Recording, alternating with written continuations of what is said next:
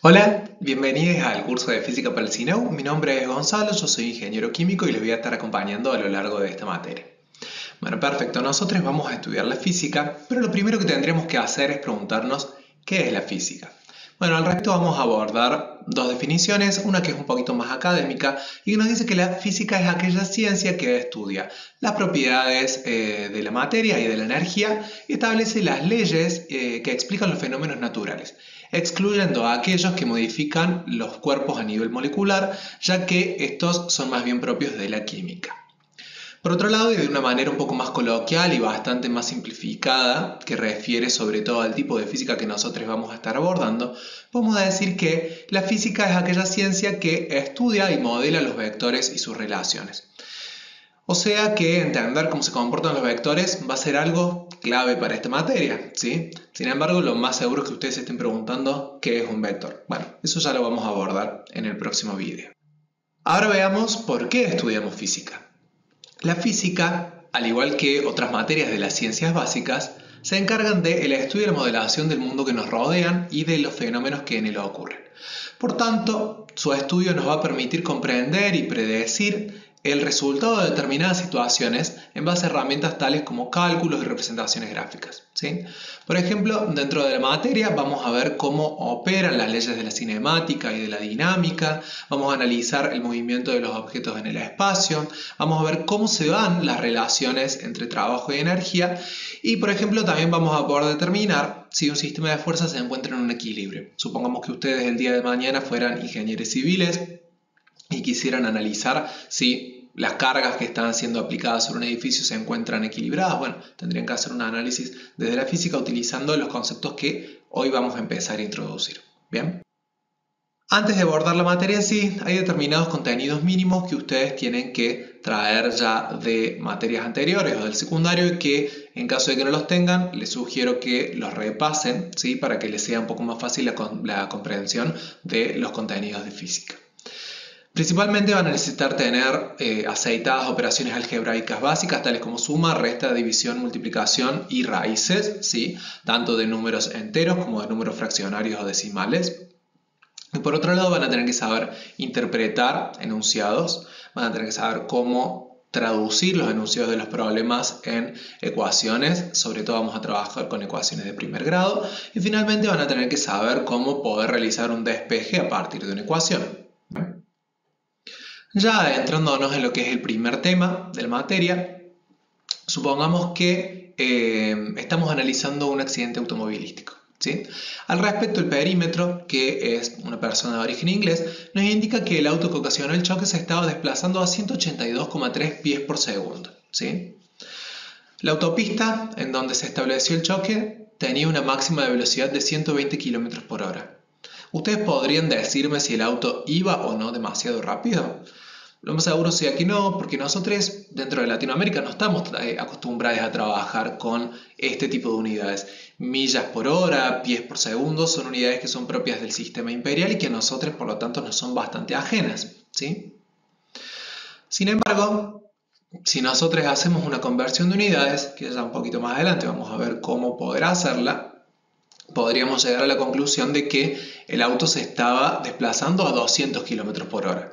Ahora sí, tenemos kilómetros por hora en el movimiento del auto y tenemos kilómetros por hora en el máximo de velocidad. Por tanto, ya son unidades más familiares para nosotros y son unidades comparables entre sí porque son las mismas. Bien.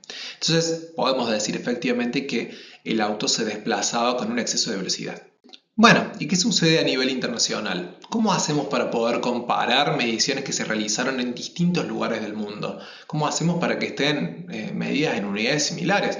Bueno, internacionalmente lo que se hizo fue definir lo que se denomina Sistema Internacional de Unidades, SI por sus siglas en francés, el cual establece 7 unidades básicas para magnitudes físicas fundamentales. Las mismas son el metro para longitud, el kilogramo para la masa, el segundo para el tiempo, el Kelvin para la temperatura, el ampere para la intensidad de corriente, ¿sí?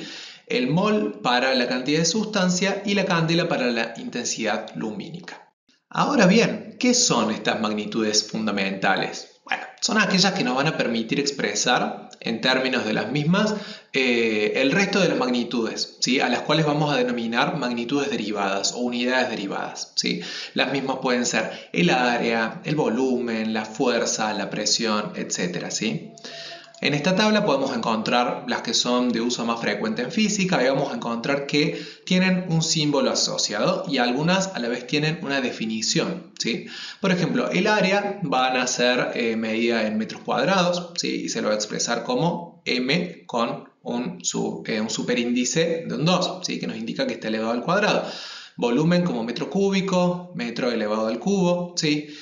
Densidad como kilogramos sobre metro cúbico, etcétera, etcétera, etcétera. Si nos fijamos, por ejemplo, tenemos unidades como el Newton y el Pascal, que si bien tienen un nombre propio, están definidas en base a el uso de magnitudes fundamentales, ¿sí? Por ejemplo, el Newton van a ser kilogramos por metro sobre segundo al cuadrado, ¿sí? O el Pascal van a ser newtons sobre metro cuadrados. Si nos fijamos a la vez, tenemos newtons, pascales, joules, watts, ¿sí? Y todos están en imprenta mayúscula, ¿sí? Esto es porque las unidades derivan del nombre de los científicos que les dieron origen, ¿sí? Un detalle a destacar es que en física prácticamente todas las magnitudes tienen unidades. Es por eso que es importantísimo recalcar que las magnitudes solamente pueden sumarse, restarse, igualarse o compararse entre sí cuando están expresadas en las mismas unidades. Esto incluye siempre al prefijo que los acompaña. Es decir, puedo comparar metros con metros o milímetros con milímetros, pero no metros con milímetros, o sumarlos o restarlos o realizar operaciones entre ellos, ¿sí? Veamos un ejemplo claro. Acá lo que podemos ver en pantalla es la fórmula de la variación de la posición en el tiempo en movimiento rectilíneo uniformemente variado. Ignoren la fórmula totalmente, no importa, ya más adelante vamos a ver qué es lo que nos está indicando. Lo que vamos a hacer en este momento es un análisis dimensional de la misma. ¿Qué es un análisis dimensional? Bueno, fijarnos que los elementos que están en un miembro tengan las mismas unidades que lo que están en el otro miembro, ¿sí? ¿Qué es lo que nos está diciendo esta fórmula? Que la variación de la posición en el tiempo va a ser igual a la posición inicial más la velocidad inicial del cuerpo por el tiempo más un medio de la aceleración por el tiempo al cuadrado. Si nos fijamos en esta tablita, nos está diciendo cuáles son las unidades más comunes en las cuales se van a encontrar estas magnitudes, ¿sí? La posición, por ejemplo, va a estar en metros, la velocidad va a estar en metros sobre segundo, tiempo en segundo, ¿sí? Entonces, lo que hacemos dentro de este análisis dimensional es colocar las unidades que corresponden a cada una de estas variables y si se fijan, acá colocamos el igual entre dos corchetes, ¿sí? Lo que nos dice ahí es que no estamos comparando, no estamos igualando a los miembros en cuanto al número que van a dar, sino en cuanto a las unidades en las que están expresados, ¿sí? Veamos entonces. Posición en el tiempo va a estar en metros porque es una posición. Posición inicial va a estar en metros porque es otra posición. Velocidad va a estar en metros sobre segundo, ¿sí? Tiempo va a estar en segundos. Aceleración va a estar en metros sobre segundo al cuadrado y tiempo va a estar en segundos al cuadrado, ¿sí? Tiempo al cuadrado, perdón, va a estar en segundos al cuadrado. El 1/2, si nos fijamos, es una constante que es adimensional en este caso, entonces por eso no va a estar influyéndonos en este análisis dimensional. Bueno, acá vemos que de un lado tenemos metros y del otro lado tenemos metros, segundo, segundo al cuadrado.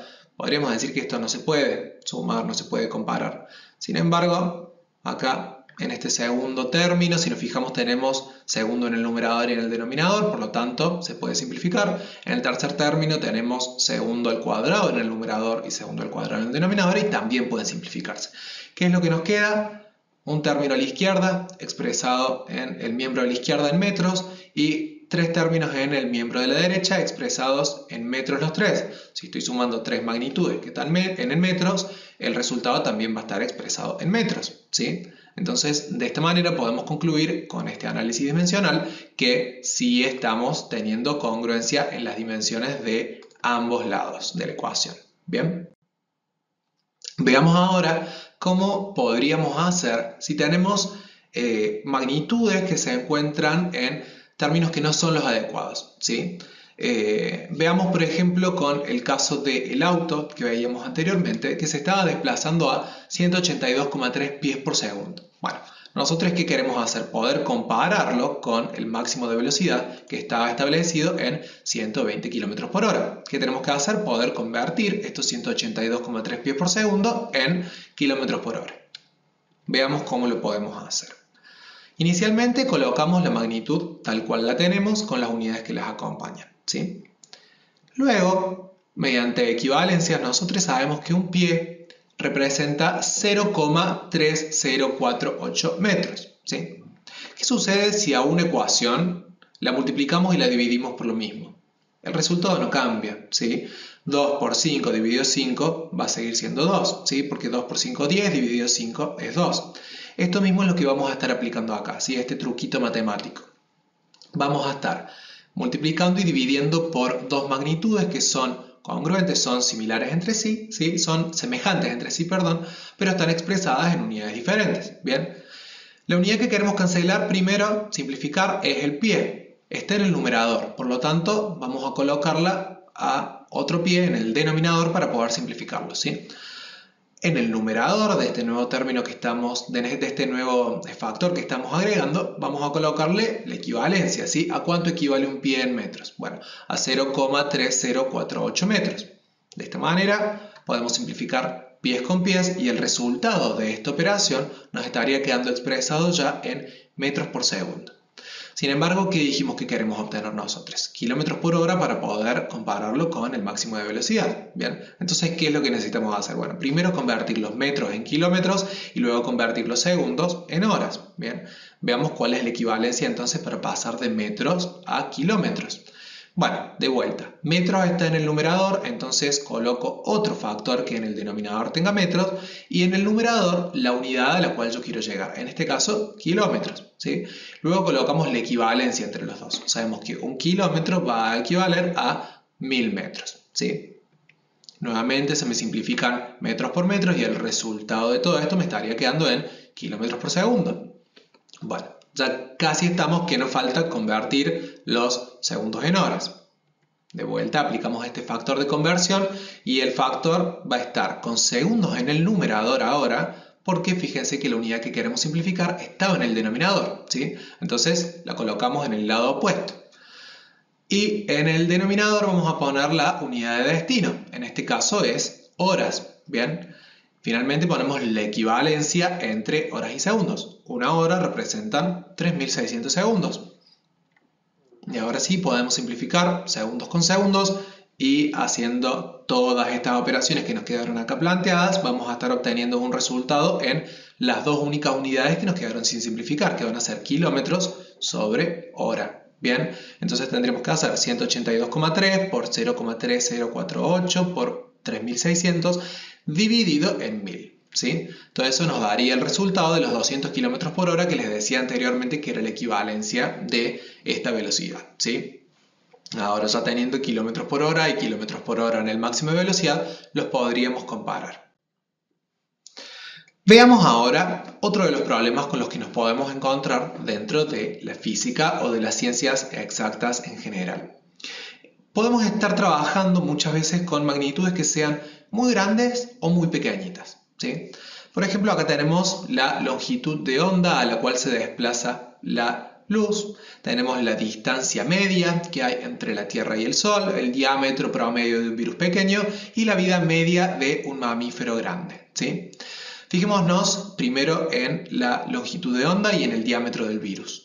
Si se fijan, son dos magnitudes bien chiquititas. Tenemos un 0 seguido de muchos ceros entre la coma y nuestro primer número distinto de ceros, ¿sí? Fíjense que para la longitud tenemos 3, 6 ceros y después recién un 5. Bien, para el diámetro del virus tenemos 3, 6, 7 ceros después de la coma y recién un número distinto de 0, que en este caso es el 8.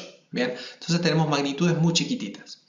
En el caso de la distancia de la Tierra al Sol, tenemos un número muy grande, lo mismo con el tiempo de vida media de un mamífero medido en segundos.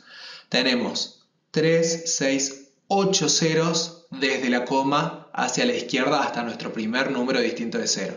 Y en el caso del mamífero tenemos 3, 6, 8 ceros también hasta el primer número distinto de 0 moviéndonos hacia la izquierda desde la coma. Obviamente hay una forma más fácil de expresar esto para que tengamos que escribir mucho menos ceros en el camino, ya que no nos están dando información valiosa esos ceros en sí, ¿sí? ¿Qué vamos a hacer? Si el número es chiquito y lo que estamos haciendo es correr la coma hacia la derecha, vamos a fijarnos cuántos lugares hacia la derecha estamos moviendo la coma. Veamos, por ejemplo, en el caso de la longitud de onda, la vamos a estar moviendo 3, 6, 7 lugares. ¿Hasta cuándo la movemos? Hasta que pasamos el primer dígito distinto de 0. Bien, en este caso el 5. Veamos cuántos lugares le vamos a mover para el diámetro del virus. La estamos moviendo 3, 6, 7 y uno más, 8, para llegar a estar colocados exactamente atrás del primer dígito distinto de 0. En este caso un 8. Bien, fíjense que acá lo estuvimos moviendo hacia la derecha, a la coma. Ahí vamos a analizar ahora en un ratito qué nos indica esto. Por otro lado, cuando tenemos magnitudes muy grandes, vamos a estar moviendo la coma, los ceros que tenemos están hacia la izquierda, ¿sí? Entonces vamos a estar moviendo la coma hacia la izquierda. ¿Hasta dónde? Hasta que nos encontremos con el último dígito distinto de 0 en este caso, ¿sí? Entonces, ¿qué tenemos? 3, 6, 7, 8, 9, 10, 11 lugares que estamos moviendo la coma hacia la izquierda hasta posicionarla atrás del 1, ¿sí? Que el 1 es el último dígito distinto de 0. Bien, recién estábamos buscando el primer dígito distinto de 0, ahora que movemos la coma hacia la izquierda es el último dígito distinto de 0. Con la vida media del mamífero grande vamos a hacer lo mismo. Movemos 3, 6, 8 lugares y ya nos queda posicionado atrás del 9, ¿sí? Porque no hay otros dígitos distintos de 0 hacia la izquierda. Bien. Entonces, ahora con los números grandes nos estamos moviendo hacia la izquierda. ¿Cómo hacemos entonces para poder expresar estos números en notación científica sin necesidad de poner todos esos ceros que no nos están dando información que sea relevante necesariamente? Bueno, lo que hacemos es, primero escribir el número tal cual estaba, una vez que movimos la coma, ¿sí? Sin los ceros que le quitamos, ¿bien? En el caso de la longitud de onda, por ejemplo, es 5,893. Lo multiplicamos por una potencia de 10, es decir, 10 elevado a algún número. ¿Cuál es el número al que vamos a estar elevándolo? Bueno, eso va a depender de la cantidad de lugares que nos movimos, ¿sí? Para empezar, si nos movimos hacia la derecha, es decir, si la coma se movía hacia los decimales, ese exponente va a ser negativo, ¿bien? Entonces sabemos que va a estar elevado a 10 a la menos algo, ¿sí? ¿Cuál va a ser ese algo? Bueno, va a ser la cantidad de lugares que movimos la coma. Por ejemplo, en el caso de la longitud de onda movimos 7 lugares en la coma hasta llegar a posicionarnos detrás del 5. Entonces va a ser multiplicado por 10 a la menos 7 metros, ¿sí? Veamos el caso del diámetro del virus, que también nos movimos hacia la derecha. ¿Cuántos lugares nos movimos? 8. Como fue hacia la derecha, es negativo. Entonces, ¿cómo nos queda expresado el número? Como 8 por 10 a la menos 8 metros, ¿sí? Ahora veamos qué pasa cuando nos movemos hacia la izquierda. Bueno, hacemos lo mismo, ¿bien? Ponemos el número sin todos los ceros que le quitamos, ¿bien? Y, por ejemplo, a la distancia media de la Tierra al Sol nos queda 1,495. Por 10 elevado a, en este caso va a ser positivo, porque siempre que nos movamos hacia la izquierda, el exponente va a ser positivo. ¿Y cuál va a ser el número? También la cantidad de lugares que movimos la coma. ¿Cuántos lugares la movimos en este caso? 11. Entonces nos queda 1,495 por 10 a la 11 metros. ¿Bien? Finalmente, el tiempo de vida media de un mamífero grande nos quedaría expresado como 9 por 10 a la 8 metros. Perdón, segundos. ¿Por qué a la 8? Porque lo movimos 8 lugares. ¿Por qué positivo? Porque fueron hacia la izquierda. Bien. Hay otra forma de poder expresar esto sin necesidad de utilizar la notación científica, y es usar las unidades derivadas en base decimal, ¿sí? Por ejemplo, para el caso de la longitud de onda podemos decir que es igual a 0,5893 micrómetros. Para el caso de la distancia es 149,5 gigámetros. El diámetro del virus sería 0,08 micrómetros también y el tiempo sería 0,9 gigasegundos.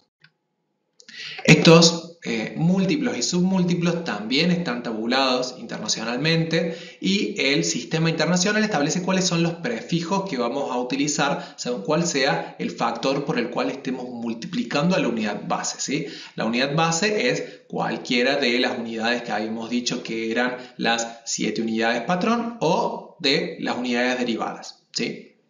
Supongamos que estamos analizando el metro, ¿sí? Tendríamos gigámetro, megámetro, kilómetro, centímetro, milímetro, ¿sí? Kilo, centi, mili son unidades con las que estamos un poco más habituados a trabajar. Mega y giga son unidades bastante grandes, del mismo modo que micro, nano, pico y femto son unidades muy pequeñas, ¿sí? ¿Qué nos está diciendo esto? Que un gigámetro equivale a 1 por 10 a la 9 metros. Un centímetro equivale a 1 por 10 a la menos 2 metros. Bien, veamos ahora un ejemplo de aplicación de esto. El ejercicio nos dice que tenemos una membrana celular cuyo espesor tiene un valor de 0,8072 metros. Lo que nos pide es que escribamos este mismo número utilizando notación científica y después que también lo expresemos en términos de milímetros. Bueno, ¿cómo hacemos para expresarlo en notación científica? Lo primero que hacemos es fijarnos cuántos lugares estamos moviendo la coma. Veamos, tenemos que moverla hacia la derecha 1, 2, 3, 4, 5, 6, 7, 8, 9 para quedarnos situados justo detrás del primer dígito distinto de 0. Bien, nos movimos hacia la derecha, entonces el exponente va a ser negativo. 9 lugares, entonces va a ser multiplicado por 10 a la menos 9. De este modo nos queda 7,2 por 10 a la menos 9 metros, ¿sí? Veamos cómo lo vamos a convertir en micrómetros. Bueno, para poder convertirlo en micrómetros vamos a usar de vuelta factores de conversión.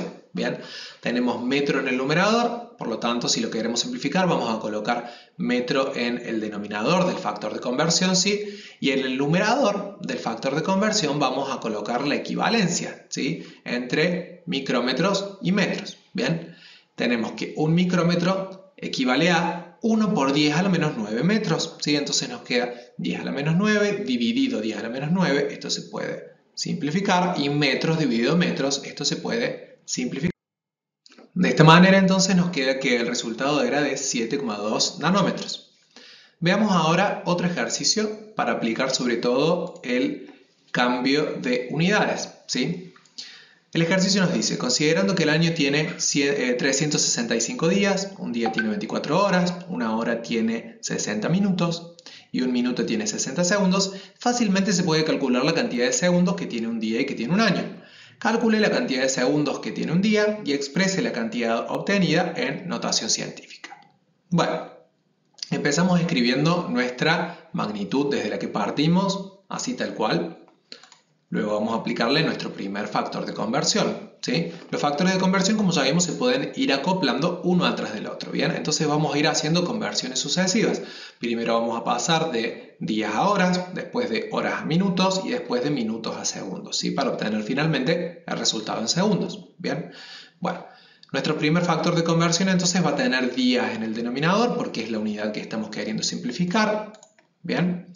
Y en el numerador vamos a colocar el equivalente. Un día son 24 horas. De esta manera se me simplifican días con días.